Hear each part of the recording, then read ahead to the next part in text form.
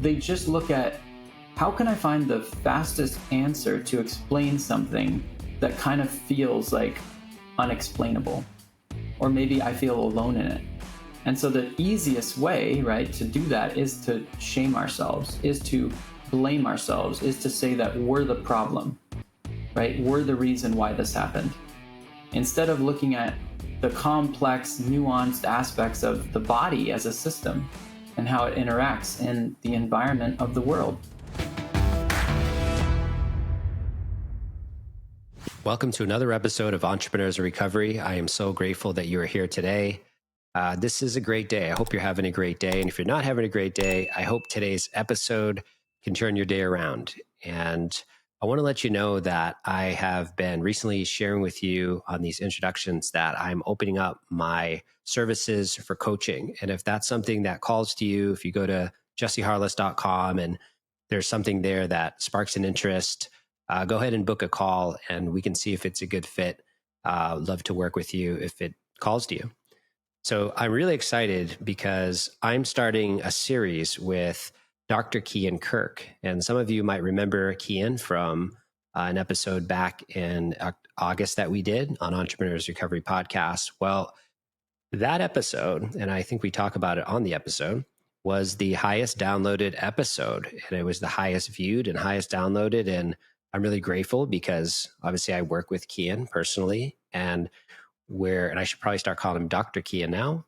But in the episode, you're going to hear about him becoming a doctor, but you're going to hear about these topics that I get into a lot with him personally.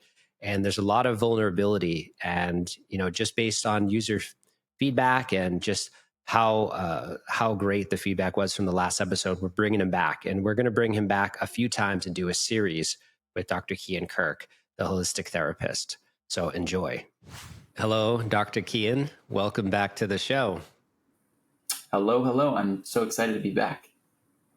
I know. And this time you're coming back as Dr. Kian. So I want to just start out by congratulating you on completing a huge task, and just kudos to you, my friend, for just a big accomplishment that took many years in the making. So congratulations. Yeah, no, it feels like very surreal to be done. And it was a very small moment at the very end after years and years of work. So yeah, it's pretty wild that it's over. Yeah, well, it's exciting because we're bringing you back on.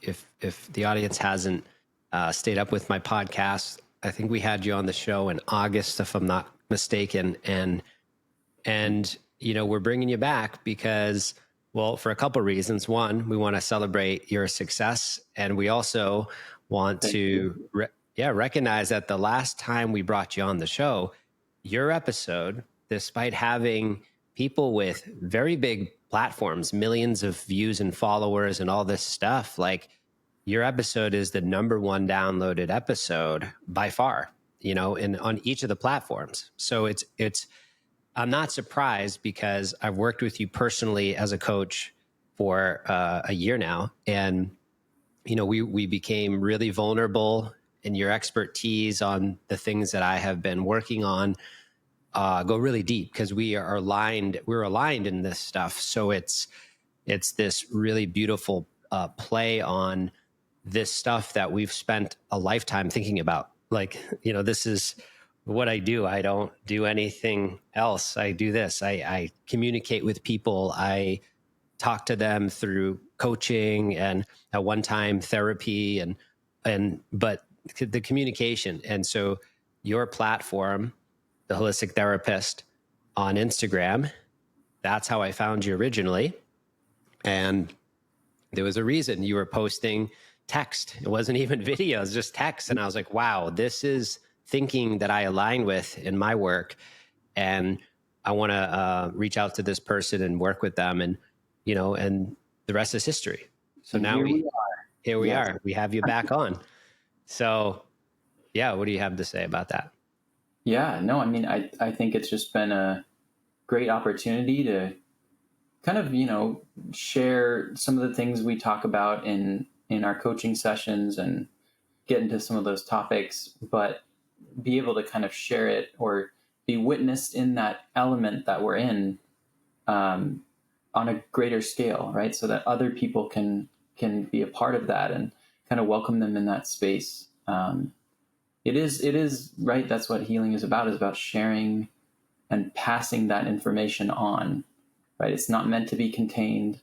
And I think this is just a great way of doing that. Yeah, and you reminded me of something you posted recently, and it's being heard without judgment is emotional medicine for the nervous system. You didn't need fixing. You needed an empathetic witness. So when I read that, that really hits deep, because a lot of the things we're looking for fixes for our moods, our addictions, our anger, all these things, it can really just come down to having someone to just be there without judgment and be the empathetic witness. And this is deeply researched. Obviously, Dr. Peter Levine, there's a lot here with this.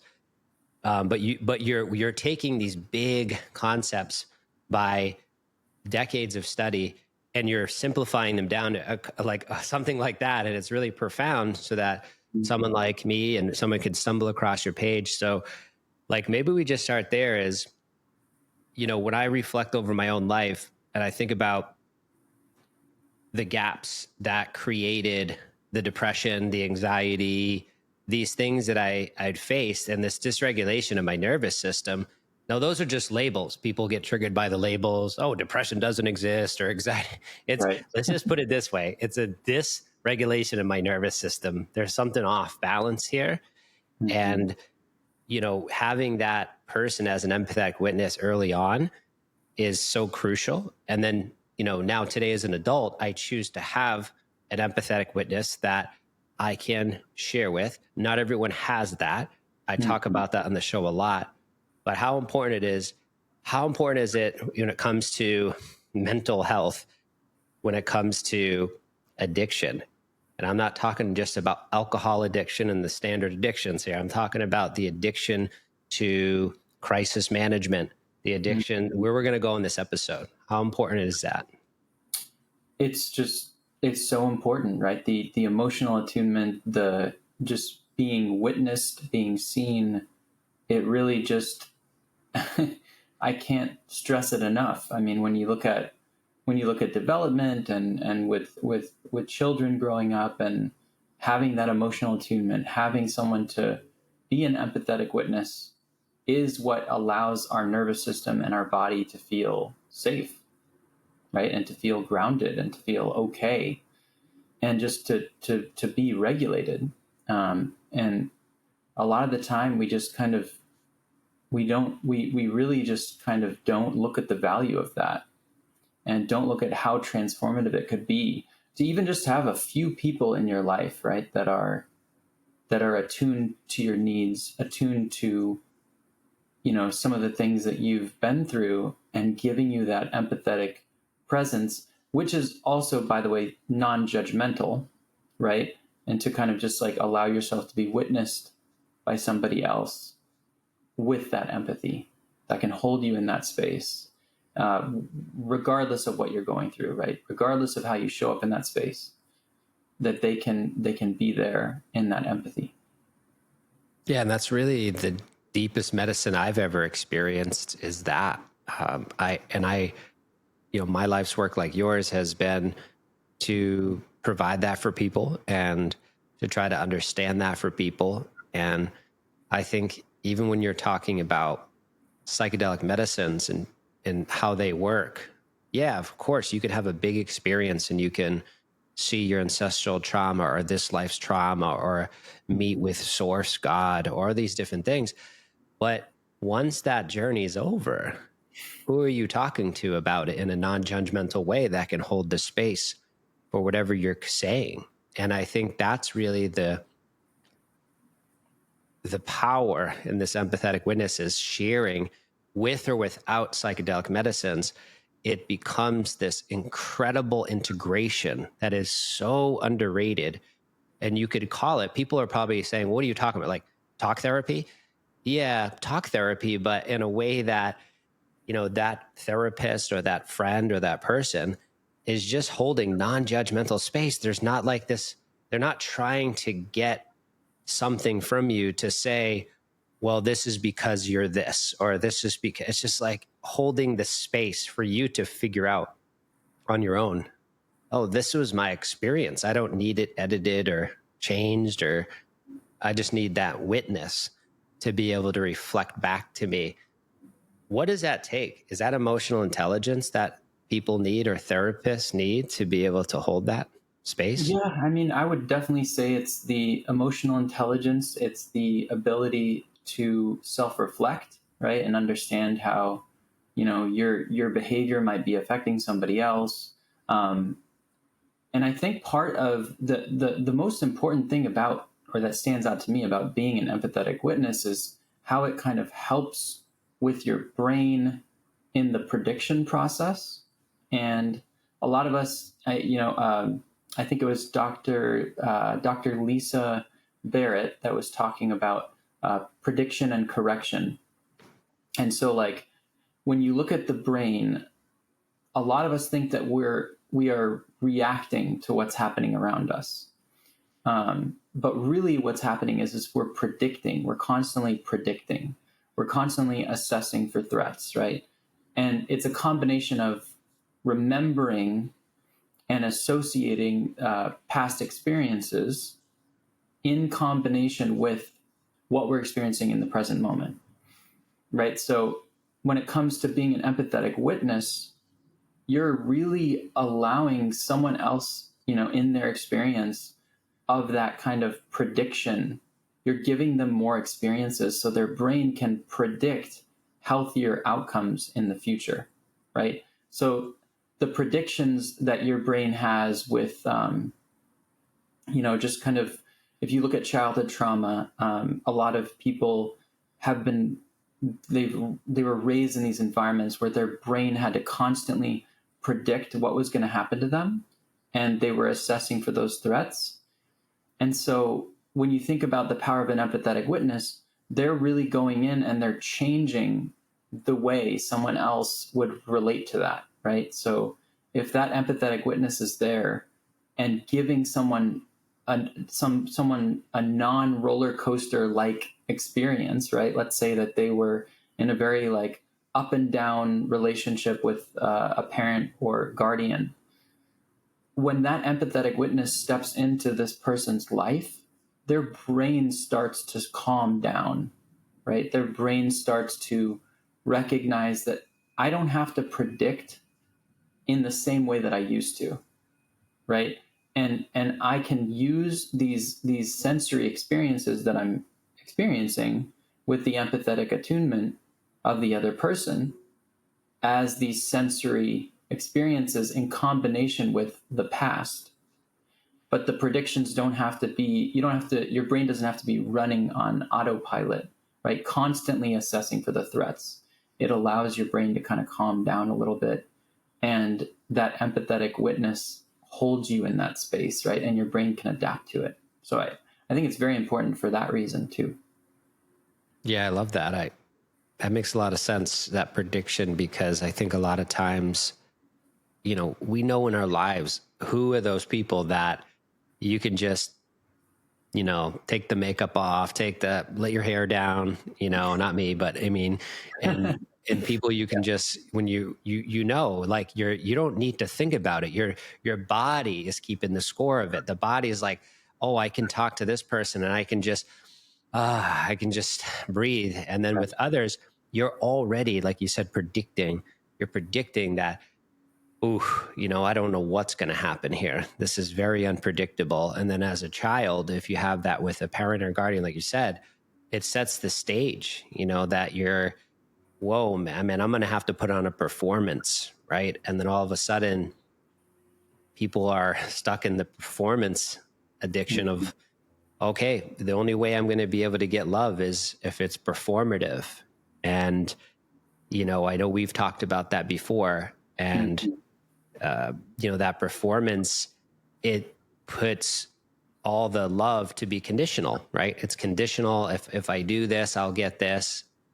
And that really, where does that come from? Is that a parent who didn't have, their own emotional regulation from their parents, and like, how do people, it's like, is today's generation, is it easier for younger parents now, and millennial and younger parents, to provide self-regulation, do you think?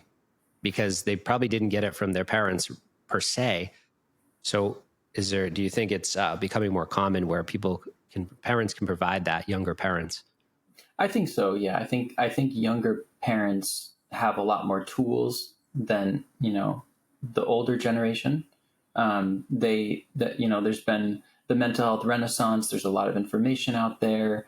With people kind of understanding more about how the brain works and more about the nervous system and some of the pop psychology terms, and just like understanding, narcissistic relationships are unhealthy, and that these things are much more readily available. And so I think that parents are learning, right? I need to regulate my own nervous system so that my child can feel regulated, right? These ideas like, children in the past growing up, and still in the present, of course, right now, and trauma is still very much happening. But in these kinds of examples, these children would grow up and they would have a relationship with the parents' emotions first before having any relationship with their own emotions. And that is, again, that the brain, right, is predicting of what's going to happen next. And so they get more attuned to their parents' emotions, and then they grow up and they don't have any kind of relationship with their own emotions. They don't know what to do with emotions when they come up. They don't know how to interact with other people's emotions.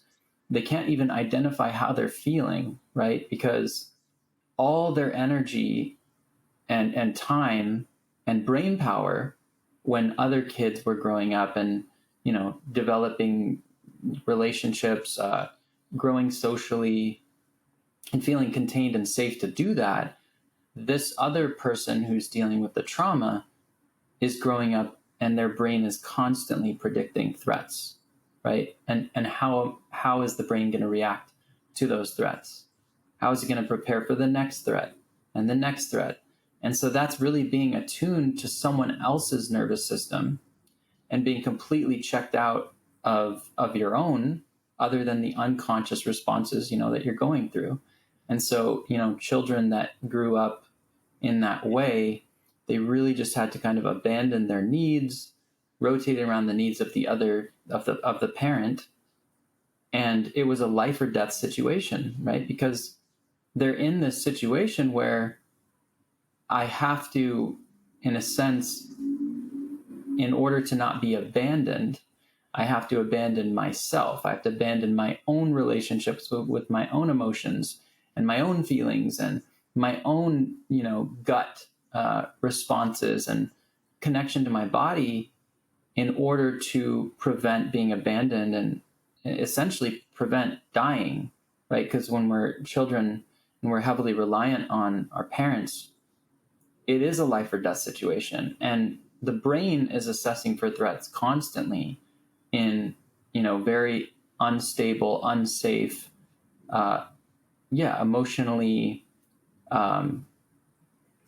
emotionally terrifying environments, right? And so the predictions become the main source of how your brain operates in that environment. And there's really not a lot of connection to your own emotions, right? Or how you feel, or your own judgments even, right? Because your brain is focused on, well, I need to really focus on the other person, right? That emotionally immature parent's behavior, because that behavior predicts my safety. If that makes sense.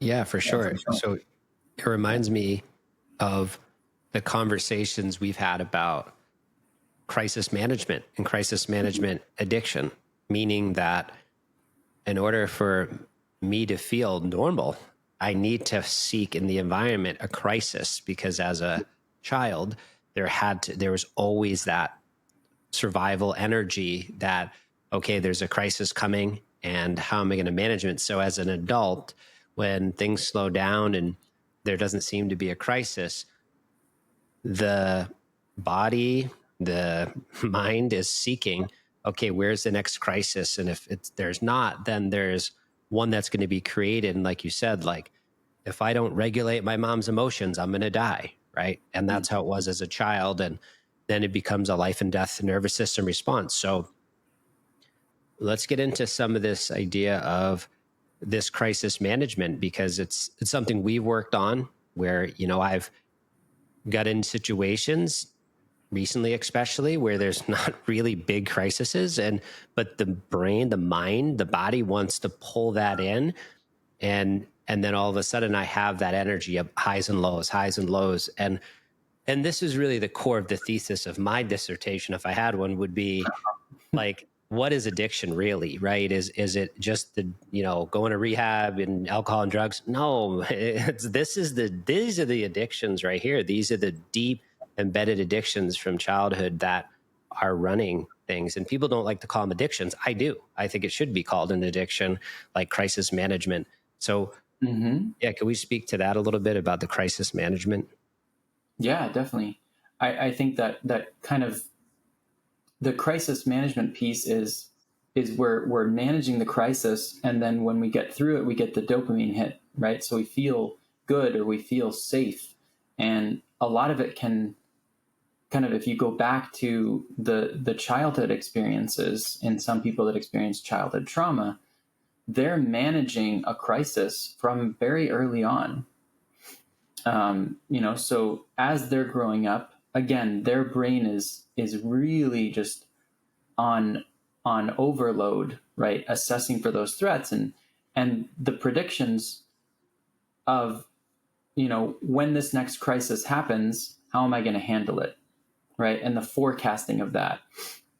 And so when it comes to crisis management, right, we often, if you are a, you know, if you've experienced childhood trauma, you may grow up and create or recreate, right, the crisis management around you. So that means, you know, going into relationships where, you know, friendships where you are playing that role of managing the crisis of the other person, right? And that feels like home, or that feels safe.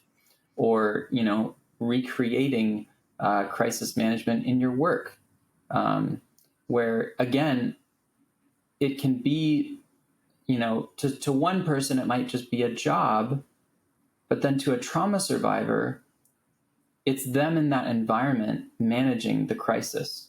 And so the stakes are much higher, right? Because the brain has associated those traumas, those past experiences, with how to move forward, with future predictions.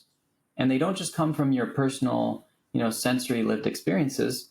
They also come from, you know, watching TV shows, interacting with others, witnessing other people's reactions to their own predictions their brain is making.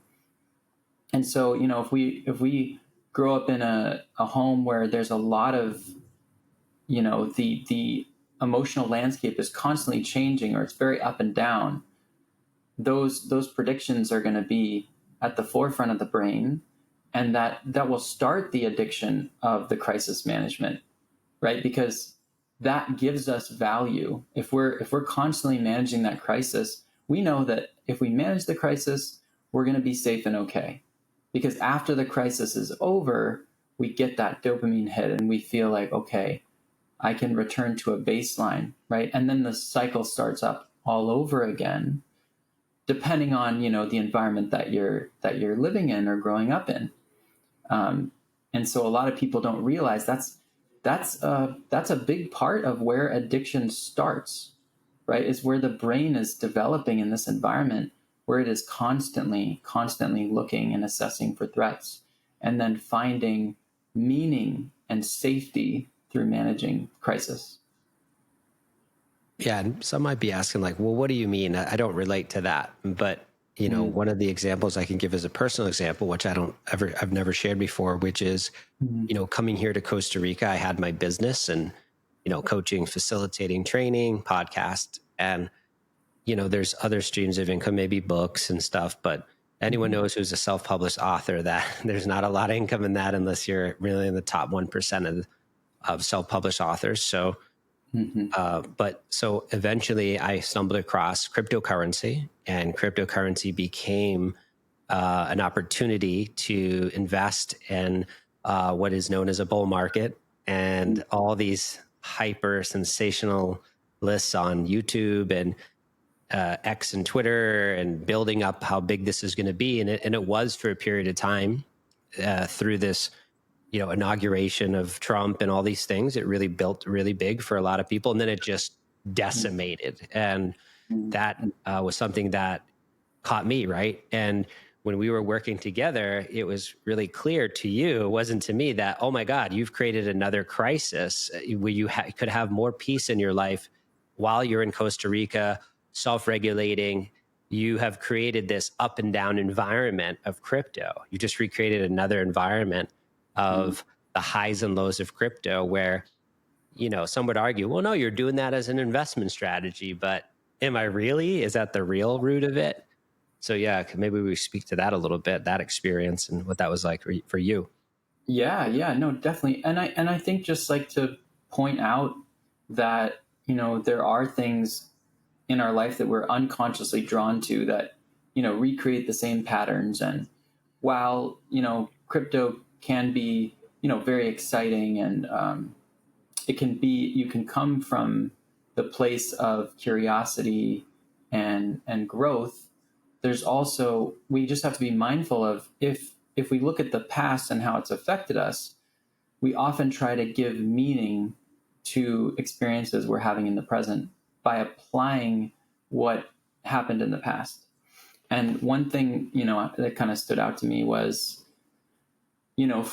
for you, having gone through ups and downs in life, and chronic dysregulation and experiences that you've shared, it kind of mimicked that environment where it was just this constant unpredictability and taking risks. And then we talked about also, choosing, self-love, or being just more healthy, which we call being selfish for the trauma survivor, because it's kind of like, it's the very basic aspects of taking care of yourself, or thinking of your needs, and not focused on being which we've talked about, being like the secondary or supporting lead to the main character, but instead stepping into that main character is really looking at, with the crypto, it's when you have a winning, it's pulling out the winnings and making sure you save some for yourself, right? Making sure that you are thinking about your best interests. But that can be really hard when we are used to managing crisis and we're getting that dopamine hit, right? And it can kind of feel a little bit boring, right? When you're not in the ups and downs, because the ups and downs feel so incredibly like home, or feel like the familiar, that we tend to recreate them even when, things are chill, things are great. Like, it's life is kind of balanced, and maybe it feels boring. But then we feel like, oh, this is missing in our lives, right? We need that crisis. And that's, again, where the addiction comes in. And I think, with crypto, you can see that there's those ups and downs that are very much modeled in the same way as some of the interpersonal relationships that we have. And that's what I've seen sitting in the last 2 decades with my own observation of addiction. And I've had a forefront journey to see it not only in my family, but to see it in just so many friends, and to watch the boredom come in, and watch, okay, now I'm sober. And then all of a sudden, this is not as exciting. And then all of a sudden, what are they doing? Let's not even talk about like addiction to sex. That's a big one that gets into recovery groups. It's like, okay, I'm not drinking, I'm not doing the heroin, but I'm having sex. I'm doing all these activities that there's no judgment in it, but it's, why are you doing that? And it's, to get that high and low, the drama in the relationships, but also the addiction to caffeinated beverages, the addiction to the foods that come, okay, I've put down alcohol, I've put down drugs, now I'm addicted to the food. Or picking up some type of replacement addiction that happens. And I think another big one that really is these other addictions we've been talking about, like crisis management. Okay, I'm not drinking. I did the steps, whatever process you use. I did psychedelics or whatever the recovery journey you had. Now it's okay, but I still have to fix my mom. She really triggers me. And there's still this addiction to having like this crisis management in your closest relationships, maybe with a spouse or with your mother. So there's this, you just can't let go of the core trauma and addiction that got you to drink in the first place. You didn't start drinking because you're like, I want to now drink every day and I want to do opioids. It's like people, and I want to read this comment real quick and we'll come back to this. Last night I watched Lamar Odom's Reborn film, which is directed by Zabby Zappelin, who's someone I'm going to have on the show eventually to talk. But I want to read one of these comments that was in the YouTube. So I was like reading through and I'm like, oh yeah, much love and support to Lamar. Thank you for sharing this. Love you always. And then the bottom one by Sharon. No sympathy for drug addicts. It's all self-inflicted. No one forced him to take drugs. That was his decision. When are people going to stop feeling sorry for these pathetic people? And, you know, I read that, and if I read that a couple of years ago, it would have really triggered me. And I read it now and I look at Sharon and I go, what's up with Sharon? What's her life experiences managing addicts in her life and failing to get them sober? Or what's her experience with this idea of her maybe never having an addiction, quote unquote? I believe everyone can be addicted in some way to emotions and whatnot, but let's say she never had, but in her outer reality, maybe her father was an alcoholic, she couldn't help, or whatever it was. And it just makes me think of like, we are, you know, we're in this reality with this, trying to think where I'm going with this. It's kind of just to read that comment last night. It didn't throw me off. It made me, it confirmed my belief of like, oh, there's a reason why people act out in these ways, why they have crisis management, and why they do and why Sharon responded like that. So what's your take on that comment? Well, I mean, to go back to the beginning, right? It's like there's the crisis management piece of managing, addicts, but there's also, the lack of the empathetic witness. And I would look at that comment and think, okay, well, yeah, maybe she's had to regulate other people and had to navigate all those things. And she's also lost or probably hasn't had that empathetic witness in her life. Maybe she's been carrying it herself, right? Without any of that attunement and emotional safety. And so I would think that, that is a reaction, right? It's a reaction to what was being said, and it's based off of her experiences and also how her brain is constantly predicting, right, and assessing for threats. And that's really just, that response indicates somebody who doesn't want to tolerate any more of that behavior, right? Wants to distance themselves from that because being around that is unsafe. And that's the way maybe her brain interprets it. But then there's the other aspect of, we don't want to obviously be shaming. And when we look at addiction, right, there's so much nuance around addiction and where does it come from, and really just trying to find safety in the body. And I think we miss the point when we blame or shame or even reduce somebody into like an oversimplification description of who they are by calling them an addict, right? Because the choices we make to apply meaning to the past is part of that, right? So if you think about trauma, a lot of the time people are, it's like, if this happens to you, this is who you become. And that's not really correct. So what happens to us doesn't really create who we are. We just use experiences we have had and then apply the meaning to those experiences, which really, if we go back to the brain, right, in not reacting but predicting, that impacts and really just predicts or determines our own behavior and how we view ourselves and our identity and how we even view others. And so, that's really where, my mind goes when we think about the shaming and the blaming that comes with how we view others in addiction. And I think if we just looked at more from a curious lens, what happened to this person, right? That they felt so unsafe in their body that they needed to escape and find some way to bring back that safety.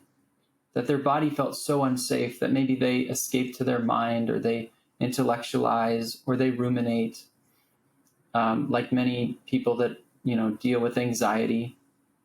But what happened to that person? And I think if we have that compassionate, inquiry, which makes me think of Gabor Mate, but if you have that compassionate approach, then you can look at that person for more than just the choices they made to apply meaning to their past. Yeah, and then we've talked about before. I love everything you said to lead to talking about the nervous system making choices for you. And again, when we think about, which is a very, that's a heavy thing to say, because then it also makes me think about the disease model of addiction, right? So if I don't have a choice in my body and what it's doing in my nervous system, then, that creates a big gray area in law and opinions and all these things that we're looking at. And I think, my nervous system and body are making decisions for me. Like, I remember us having that conversation, and, yes, like, I can attest firsthand that there are things that I did that are direct results of the nervous system being dysregulated. And I think most humans, once they understand that, probably can attest to it in some way, shape, or form. And to what degree is that, though? Like, if my nervous system is that hijacked that it's making decisions for me like that, where is, like, well, first of all, who is teaching that too? Like, I think when you said that, I didn't hear of many other people out there saying that. And I'm curious to, where did you come up with that? Because when you said that to me the first time, I was like, you feel some relief initially, but then you're like, whoa, like, I got to really explore what that means for me to say that my nervous system was making decisions for me. Yeah, well, I think, and I think it's like the nervous system and the brain, and again, going back to those predictions, your nervous system and your brain is predicting and assessing for those threats, and it's remembering and associating the past experiences while you're in the present moment. And so when I say that, I like to use body first language because, first of all, it reduces blame and shame and guilt for things that someone, might be feeling those around those emotions, because they have been under the impression most of their life that they made these awful decisions, right? And they don't consider the unconscious. They don't consider how the mind gut connection is, and how the nervous system responds to things, and how the brain even predicts and assesses for those threats. They just look at, how can I find the fastest answer to explain something that kind of feels like unexplainable, or maybe I feel alone in it. And so the easiest way, right, to do that is to shame ourselves, is to blame ourselves, is to say that we're the problem, right? We're the reason why this happened. Instead of looking at the complex, nuanced aspects of the body as a system and how it interacts in the environment of the world. And so I think when I use body first language, it's really to empower people that your body made these decisions for you to protect you, right? If you were in an environment that was really unsafe, your body and your nervous system and your brain is going to course correct to, how do we predict what's going to happen next? Because we've been in environment A, and then, you grow up and you're in environment B, but your brain and your nervous system and your body has stored all of those memories, right? Those memories are stored in your hippocampus, and it's kind of like a bunch of archives. And then it's going to associate experiences you've had with experiences, will associate experiences you have in the present with the ones you had in the past. And so that's what's happening. That's what's happening in the background, right? And this is oftentimes very unconscious, and it's just part of almost like this programmed infrastructure that is running the show, but we're completely unaware of it. And so we don't take that into consideration. We only think about what we're consciously aware of, right? Oh, I made this bad decision, or, I could have, been less selfish. I could have thought about, the other person. And we kind of reduce ourselves down to that shaming and blaming in order to get that answer, even though it's really just our body was reacting to what was going on around us. And we see this with like intimacy, right? And connection. Your body is not going to allow for intimacy if it feels like it's under threat, right? And connection. And it's going to completely disconnect from the social engagement system. And, if you've been in hyperarousal for many, many years, right? And then you get out of it, you're going to have a lot of conscious awareness around things that you didn't have before. And that's what I like to do in coaching sessions, is to bring people into that space so that they feel empowered. And then they can understand, oh, my brain made this decision for me. And, oh, what is my brain doing now, right? Instead of saying like, oh, that's so stupid, I don't know why I did that. No, they could reframe it and say, oh, my brain was trying to protect me from a threat that's no longer there. That's interesting. Oh, so I can start to kind of learn, what is my brain and my body doing behind the scenes, and how can I be connected to that instead of just completely disconnected and dissociating and walking through life without any awareness of what's going on. Yeah, when you say that, I feel that that's in respect to people who are becoming aware of what's going on. But what about the narcissist? What about someone who's, that's not, is it the case? Is it the same case for a mind that's developed in that sense, which obviously it developed that way for a reason. It wasn't like, okay, I'm a baby and now I'm going to be a narcissist. I've chosen as a baby to when I become an adult. No, obviously, but eventually that happens due to XYZ factors, including trauma. So how does that work when it comes to, oh, my mind did that, my body did that, when it comes to narcissism? Well, we could definitely weaponize it, right? I think narcissists in particular, or people with narcissistic wounds, they can weaponize those things and almost have like a passive perspective, right? Oh, well, my body just made the decision for me.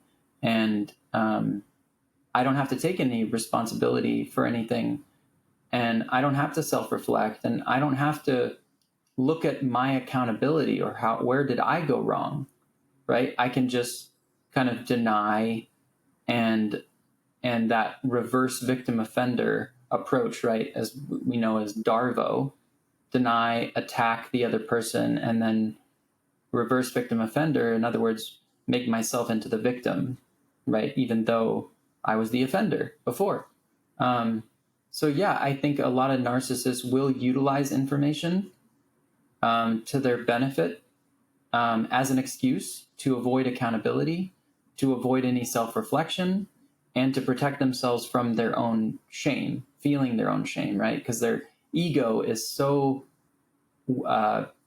fragile that anything that really puts their ego in a threatening position, they're going to do everything they can to protect it, right? And so when I talk about body first language, of course, anything could be weaponized, right?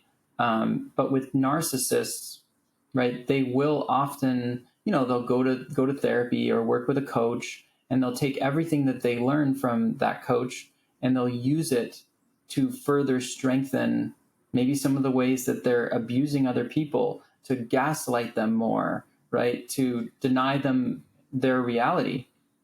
And so, you have to be really mindful that people can use, anything that is meant to bring healing can also be used to bring destruction, and to, really, really put people through very difficult experiences, because the narcissist is unable to look at what is their part in the dysfunction.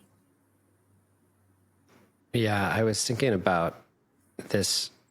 It's weird when I have an intention to direction to go next, and then some idea just pops in at the last second, Yes. interrupting my flow. And I'm wondering your opinion, and then we can maybe get back on track. Maybe this is the track. What is your opinion on therapists, and can therapy do more harm than good? Because you think about people who are putting themselves on the line with a therapist, trusting them with what's happening in their present moment, what's happened in their past. And I'm speaking because there's many people who say like, I'm worse off with therapy. Many people say I'm better off, but I want to also play both sides here. That, what do you say to people who have those experiences in therapy with therapists? That's true, that the therapists, they couldn't hold the space, or they're kind of managing what's happening based on their own body that hasn't been fully healed, or their own stuff that hasn't been fully processed through. So in other words, they might be diagnosing, or they're really trying to make up for the lack of own internal healing and emotional awareness and emotional intelligence. Do you think that, how common do you think that exists in the therapeutic community? Yeah. No, I'm glad you brought that up. Yeah, I mean, it's very sad, but the reality is there are a lot of therapists out there that do not have the ability to self-reflect, which is kind of shocking. But and they may have narcissistic wounds from their own childhood, and they may not be able to hold space as that empathetic witness, right? But they may be kind of just following the protocol, right? And that can be really damaging. And it is,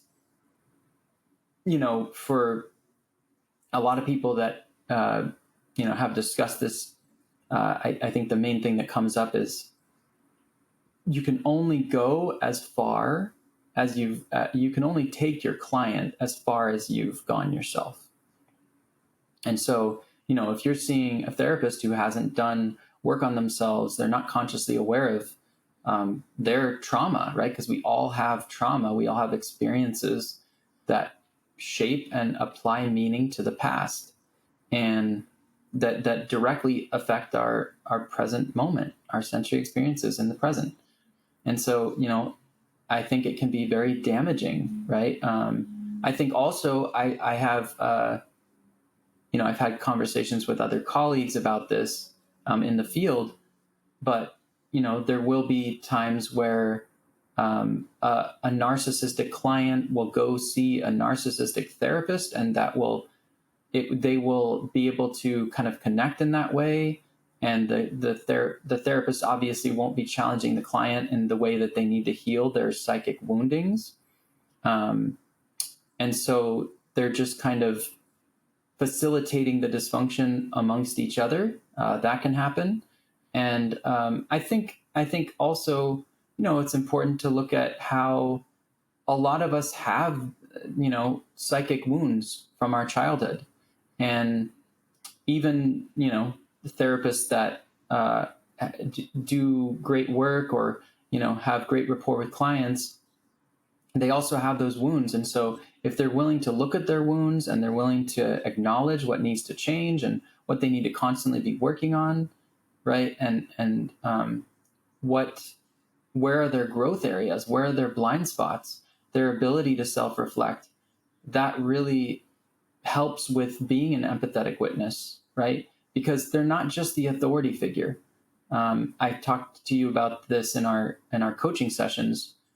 I don't believe in that authority figure kind of complex of, you go see a provider and then they give you all the answers and they're this authority figure, because in my mind, it's a reenactment of childhood trauma for many trauma survivors. Even though those survivors might be looking for structure, they might unconsciously be looking to recreate some of those familiar family dynamics, and that can be really unhealthy. And so what I like to do with clients through the coaching work that I do is giving them that empathetic, right, witness experience, then also empowering them that, I am not the authority figure. They are, right? They are the authority figure of their life. A lot of the times, childhood trauma survivors will immediately default to, making themselves small and non-threatening, and unconsciously putting themselves in the position of being the child, and then putting me in the position of being the parent over them, because that's the dynamic that they've been used to. And so breaking out of that dynamic can be really helpful with saying, okay, this is going to be a collaborative experience, right? This is not going to be, I'm the authority figure and you're the person, in this non-threatening space, right? Or you're the person that's the child, rather. And so that can be important. With narcissistic therapists, that's not possible, right? It's all about their ego. It's all about them being correct, right? And their approach being the best way, the only way. I think we are all students of life, and life is our teacher. And if you come into therapy or coaching or counseling with that mindset, right, and your therapist or your coach or counselor has that mindset, then they're going to be able to learn and grow alongside you. And that's part of the process of healing, right? Collectively and individually. Yeah, I was thinking about something that we'd been talking about recently about this idea of infantilize and a parent, being infantilized. And I want you to get into that because it was a new word when you introduced it, and then it makes a lot of sense. So maybe we can touch upon that next and then go from there. Yeah. I believe we were talking about, so when you grow up in an environment that's unpredictable, and let's say you have an emotionally immature parent, some parents with personality disorders or challenges similar to that, right? They will infantilize themselves onto their children, right? So in other words, they will make themselves into the infant and the child into the parent. And when they do that, their whole identity and everything about them rests on that child and the child's ability to regulate their nervous system. And so they may grow up and they may recreate the same pattern in relationships where, they meet a partner who infantilizes themselves onto them. And then through that process, they adapt, right, and take on that role that they're familiar with, which is being the parent or being parentified. And so that kind of relationship dynamic is normal for them. It feels good for them. And the challenges with that is that, when someone infantilizes themselves onto you, they need you to be regulated all the time. They need you to be grounded all the time, right? Because their sense of self and their ability to feel calm and grounded gets externalized onto the other person, which mimics the same, childhood environment or upbringing. And so that infantilizing happens both ways, right? They either grow up and they infantilize themselves onto other people because they're exhausted from being in that parentified role with their parent. Maybe they were infantilized at a young age and they just want someone else to take care of them, right? Or they kind of take on the role of being the parent because they've been infantilized by their parent. And so they grow up and they think, okay, I'm the caretaker, right? I'm the person that has to have it all together. I'm the person that has to regulate this other person. And those dynamics can be often normalized, and then they can kind of switch off in different roles that they play in relationships. but it's really recreating that dynamic that they're familiar with in their upbringing.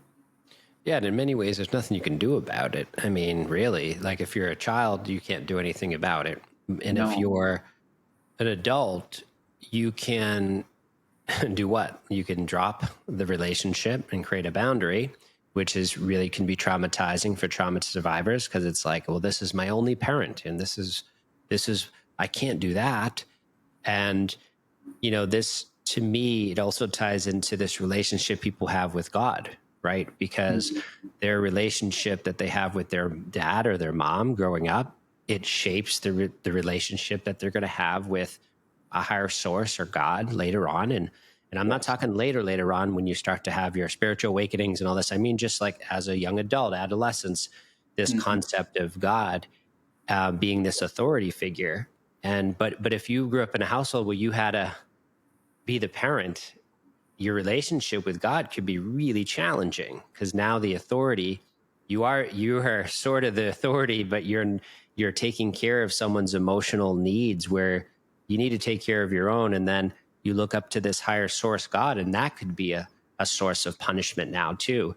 And then you add religion on that, and it can be really complicated for someone growing up and trying to figure out, okay, where am I going to find love and safety from? This is a punishing God. I had to be the parent to my parent. So things can become very complicated, very messy. Yeah, absolutely. And again, going back to the brain predicting, right, and assessing for threats, when you grow up in that type of conditioning or environment, right, there is that fear of abandonment, right? Because in some, religious experiences, right, there's authoritarianism, and this idea, again, going, returning to that space of not creating in therapy or coaching an environment where there's an authority figure, right? Because people with authoritarianism, trauma-related experiences from religious trauma will often feel very triggered by that and very unsafe. And some of it is very similar to, the black and white thinking and the "I hate you, don't leave me" experiences in borderline personality disorder, the splitting that people experience. They sometimes, if they grow up with parents who have personality disorders, they might associate God with the same pattern, right? Or people in church, right, that will reject or abandon them if they don't ascribe to certain behaviors or belief systems or ideas. And I think we've talked about this previously, but God is the emotionally available parent that some people didn't have, right? And so they find that connection and they find that attunement with God, and they find that feeling of safety and stability in the parent. But if they've been in conditioned with certain beliefs that if they sin or they fall short, that they will go to hell or be eternally punished, right? There's a massive consequence of that, which is the brain adapting to predicting and assessing for threats of being abandoned, right? And God can take on that role if you grow up in an emotionally immature parental household, right, with emotionally immature parents, because again, your brain is not reacting; it's predicting and assessing for what's going to happen next.